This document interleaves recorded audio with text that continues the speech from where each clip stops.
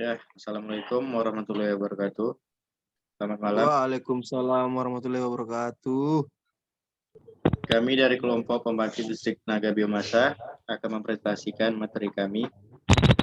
Saya sebagai moderator, nama saya Muhammad Iksan, dan 4 teman saya sebagai pemateri, yaitu Nama saya Yaitu Dewasa.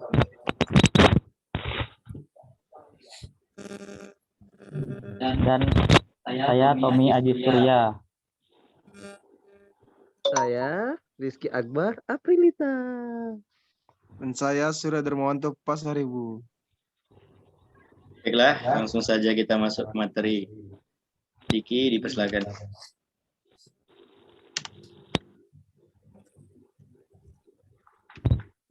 Pengertian PLTBM.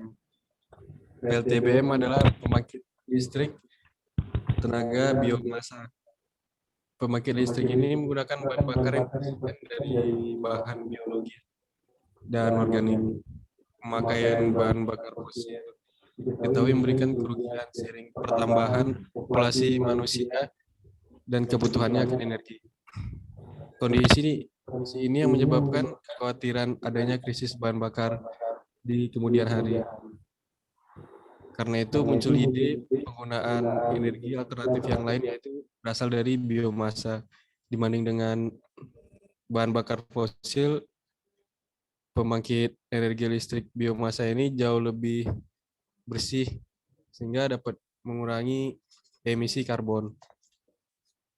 Pemanfaatan limbah untuk pembangkit listrik juga dapat menghindari produksi gas metan jika limbah tersebut dibuang ke tempat pembuangan akhir.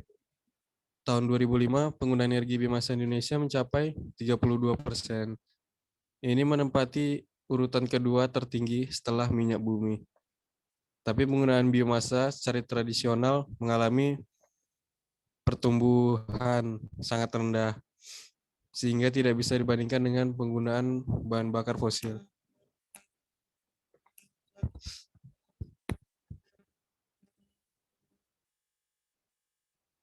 Sumber dari energi biomasa.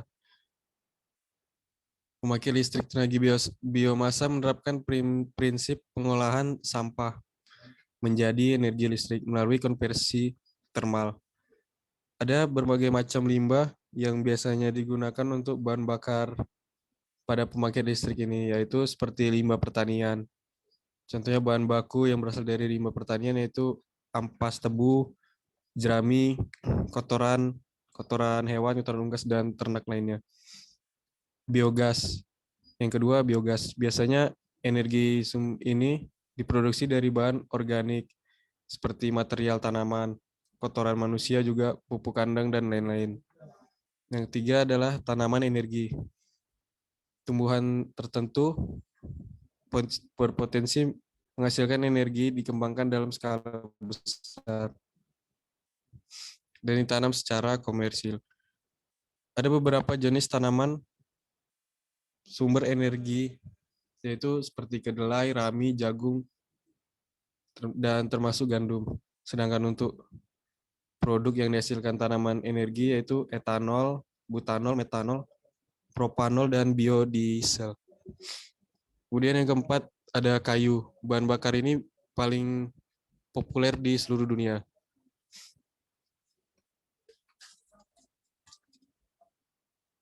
Cara kerja PLTBM. Kembali ke slide sebelumnya yang bahan bakar. Keempat adalah kayu. Bahan bakar ini paling sering digunakan di seluruh dunia. Karena kayu merupakan bentuk paling sederhana dari biomasa. Namun penggunaan bahan bakar kayu cenderung menimbulkan polusi. Sehingga banyak adanya penyeimbangan dengan menanam pohon lebih banyak.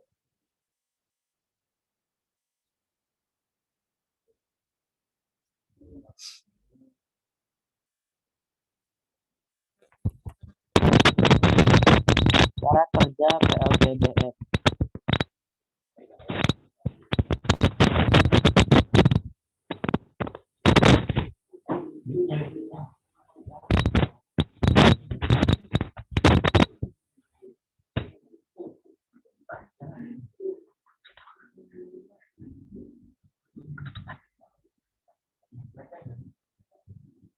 Karakteristik sampah yang bermacam-macam.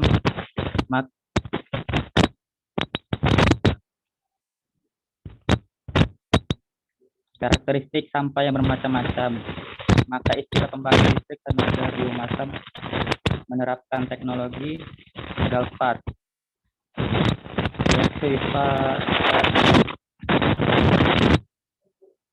landfill and anaerobic digestion. Cara ini dimanfaatkan untuk mengubah limbah menjadi energi bernilai ekonomis sesuai dengan sifat sampah yang diolah. Pada proses ini, sampah dimanfaatkan melalui proses pembakaran untuk menghasilkan gas yang akan menggerakkan generator. Ada beberapa tahapan dalam proses gasification, yaitu pemilihan sampah. Tahap awal yang dilakukan adalah memisahkan sampah basah dan kering menggunakan floating tank atau metode lain seperti penggunaan SDM yang paham mengenai tahapan ini. Pencacahan sampah. Setelah dipilih, sampah dicacah menggunakan mesin pencacah agar ukuran sama. Untuk sampah basah akan dilakukan proses pengeringan, kemudian dicacah seperti herder. Proses pembakaran. Sampah dimasukkan ke dalam tangki reaktor gasifier. Suhu pada proses pembakaran awal adalah 100 derajat Celcius sampai 200 derajat Celcius.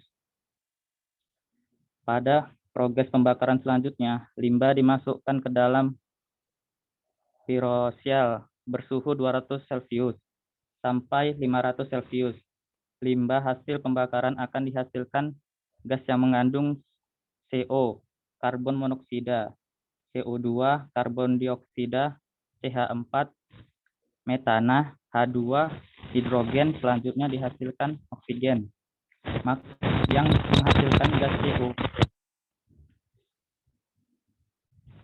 Dan energi panas. Suhu yang digunakan pada proses ini 1200 sampai 1400 derajat Celcius.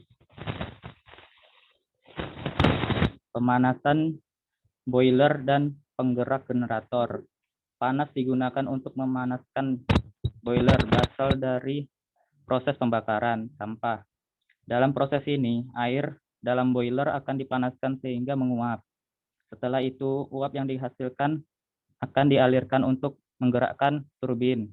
Turbin yang bergerak dihubungkan dengan generator, sehingga energi gerak dari generator berubah menjadi energi listrik. Limbah yang dihasilkan dari proses ini berupa gas CO, H2, CH4, CO2, dan gas lain yang kemudian dipisahkan melalui proses treatment gas. Sedangkan limbah padatnya berupa abu yang bisa dimanfaatkan untuk kompos.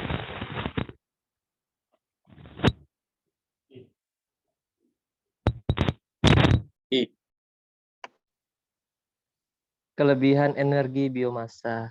Dari berbagai sumber energi alternatif yang potensial digunakan untuk masa depan, biomasa merupakan salah satu energi yang menarik untuk diperhitungkan. Kelebihannya biomasa sebagai bahan baku pembangkit listrik adalah minim limbah organik, limbah-limbah seperti sisa pengolahan kayu, ranting, dan sejenisnya. Jika tidak diolah secara baik, akan mengalami pembusukan dan menghasilkan gas metana. Jika hasil pembakaran limbah tidak dikelola dengan tepat juga, akan berpengaruh pada lingkungan energi. Biomasa dapat menjadi solusi untuk masalah tersebut. Pengelola dapat membuat briket untuk bahan bakar yang bersifat padat, mengurangi efek rumah kaca. Efek gas rumah kaca masih menjadi momok bagi masyarakat. Gas rumah kaca meliputi nitrogen, oksida, metana, karbon dioksida, dan sejumlah gas lainnya. Dengan meningkatnya konsentrasi tersebut di atmosfer akan menyebabkan peningkatan suhu permukaan bumi. Ketersediaan biomasa bisa menjadi peminimalisir efek rumah kaca. Alasannya adalah lebih ramah lingkungan dan tidak menyebabkan bertambahnya gas-gas pemicu efek rumah kaca.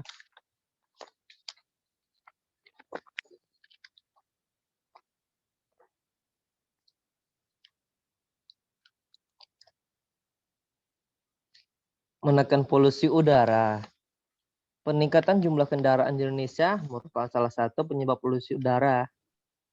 Belum lagi dengan penggunaan energi fosil lainnya untuk pembangkit listrik. Oleh sebab itu, pemanfaatan biomasa dianggap mampu mengurangi pencemaran udara. Salah satu alasannya adalah karena pembakaran energi ini tidak terlalu menghasilkan jumlah asap yang begitu besar. Sumber energi terbarukan. Sumber energi terbarukan, biomasa tentu memiliki keunggulan dibanding sumber energi lain. Energi ini berasal dari sumber-sumber seperti tanaman dan hewan. Tanaman dapat tumbuh secara berulang-ulang asalkan tumbuh di lahan yang sesuai.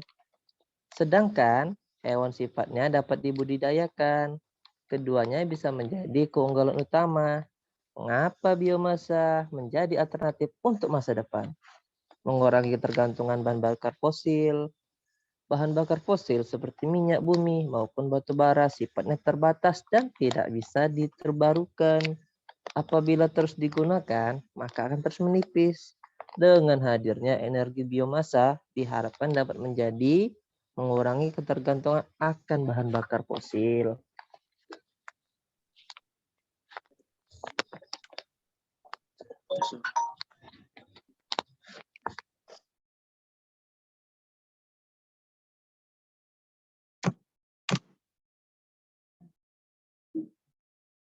Tur.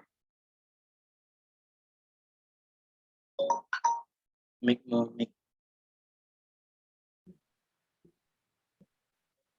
Kekurangan energi biomasa. Meski mempunyai banyak kelebihan, namun penggunaan energi ini di Indonesia masih cukup terbatas. Beberapa kekurangannya menjadi pertimbangan khusus antara lain: 1. Sumber energi terbatas. 2. Energi termasuk sumber energi terbarukan, tetapi untuk memperoleh bahan energinya tergolong sulit.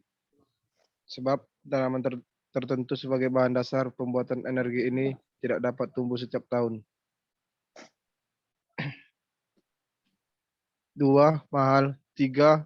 Energi biomasa tergolong mahal karena membutuhkan banyak sumber daya sebagai bahan bakunya. Jika dihitung-hitung, biaya produksinya lebih mahal dibandingkan dengan pemanfaatan bahan bakar fosil.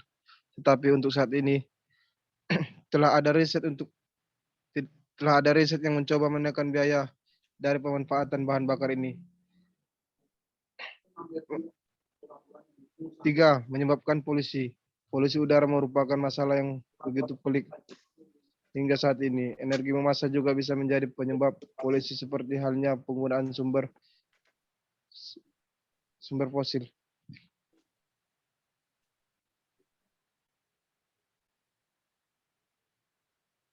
Lanjut.